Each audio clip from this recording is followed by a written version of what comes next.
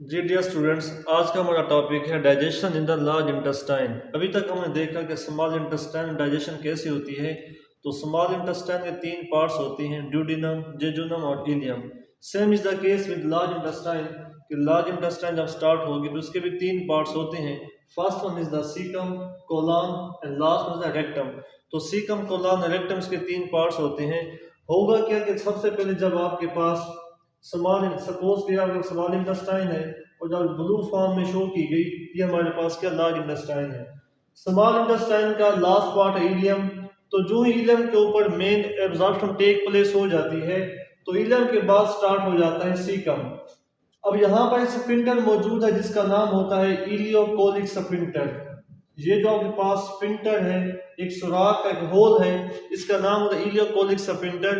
कि जो food digest नहीं हो पाती इस स्फिंक्टर से पास होकर वो सीकम में आके एंटर हो जाती है। और सीकम क्या है? सीकम लार्ज इंटेस्टाइन का फर्स्ट पार्ट होता है। सीकम के बाद फूड चली जाती है कोलन के अंदर। कोलन की भी मजीद तीन टाइप्स होती हैं। ऊपर जाती कोलन को असेंडिंग कोलन कहा जाता है, हॉरिजॉन्टल पोजीशन वाली को ट्रांसवर्स कोलन कहा जाता है, और ये जो आपके पास नीचे आती कोलन है इसको डिसेंडिंग कोलन कहा जाता है। तो कोलन की भी तीन तीन टाइप्स हो गई, ascending colon, transverse colon and descending colon. Descending colon के बाद एट द एंड जो आपके पास फूड होती है डाइजेस्ट नहीं हो पाती, रेक्टम या टेम्पोररी स्टोर हो जाती है। Then through the anus defecation take place होती है। अब यहाँ पर सीकम के साथ मौजूद होता है एक फिंगर लाइक प्रोजेक्शन होता है जिसको अपेंडिक्स का नाम दिया जाता है। अपेंडिक्स का फंक्शन क्या है कि कुछ रिसर्च में ये आता है कि जो मेनी यूजफुल बैक्टीरियाज होते हैं इसी अपेंडिक्स में आगे स्टोर होते हैं। या बस औकात ऐसा होता है कि जो हार्मफुल न्यूट्रिएंट्स होते हैं या कुछ लिक्विड फॉर्म में जो टॉक्सिक सब्सटेंस होते हैं अपेंडिक्स में आगे एक्युमुलेट या जमा होना स्टार्ट हो जाते हैं, और उसकी वजह से अपेंडिक्स इन्फ्लेमेट हो जाती है या स्वेल हो जाती है, सूज जाती है। The swelling of appendix is known as appendicitis.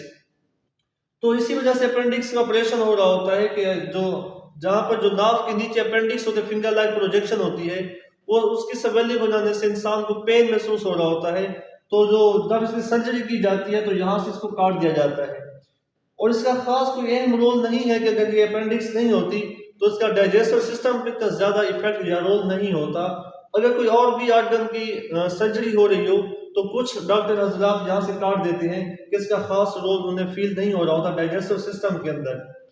तो जो ये कोलन के अंदर जाती है तो कोलन में क्या होता है कि वाटर और साल्ट की मेन एब्जॉर्प्शन टेक प्लेस होती है कोलन के अंदर, और विटामिन की भी फॉर्मेशन होती है इसी कोलन के अंदर through the process of fermentation.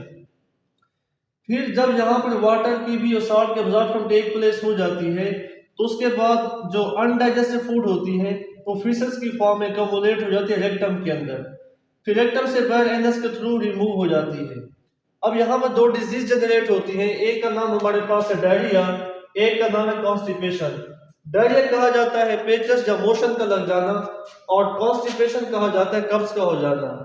Diarrhoea में क्या होता है कि इफ देयर इज टू, अगर लार्ज इंटेस्टाइन के अंदर वाटर और सॉल्ट की एब्जॉर्प्शन टेक प्लेस ना हो तो उस वजह से डायरिया हो जाता है कि जहां से फीसेस बने, फीसेस के लिए क्या हुआ कि यहाँ से वाटर की एब्जॉर्प्शन टेक प्लेस नहीं हुई ना तो सॉल्ट की हुई, तो ज्यादा वाटर के हो जाने से जो फीसेस होते हैं वो लिक्विड फॉर्म में रिलीज हो जाते हैं जिसको हम डायरिया का नाम देते हैं।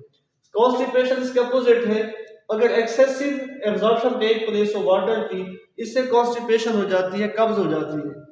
कि अगर बहुत ज्यादा यहाँ से वाटर की एब्जॉर्प्शन टेक प्लेस हो जाए तो फीसेस बहुत ज्यादा सॉलिड फॉर्म में रिलीज हो रहे होते हैं, और डेफिकेशन कराने के लिए थोड़ी सी पेनफुल सेंसेशन एक जनरेट होती है जिसको कॉन्स्टिपेशन कब्ज कहा जाता है। उसके लिए कब्ज को शादवियात है जिसको लेक्सेटिव का नाम दिया जाता है, एज अ मेडिसिन यूज की जाती है। जब रेक्टम में फूड आ जाती है तो इसमें मजीद दो स्फिंक्टर होते हैं, ओपनिंग्स होती हैं, एक है इनर, एक है हमारे पास outer opening. Inner opening smooth होती है और आउटर ओपनिंग स्ट्रिप्ड मसल्स की बनी होती है, खुरदरी मसल्स होते हैं।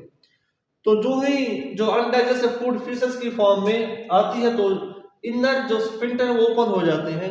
तो जो ही ओपन हो के आउटर स्फिंक्टर तक वो फिशेस पहुंच जाते हैं तो उससे क्या होता है, स्टिमुलस मिलता है कि we have to go to washroom, ताकि हमें वहां पर डेफिकेशन करना आसान हो जाए। तो ये तो हमारे पास topic digestion the large intestine. तो नेक्स्ट टॉपिक हमारे पास होगा फूड पॉइजनिंग का।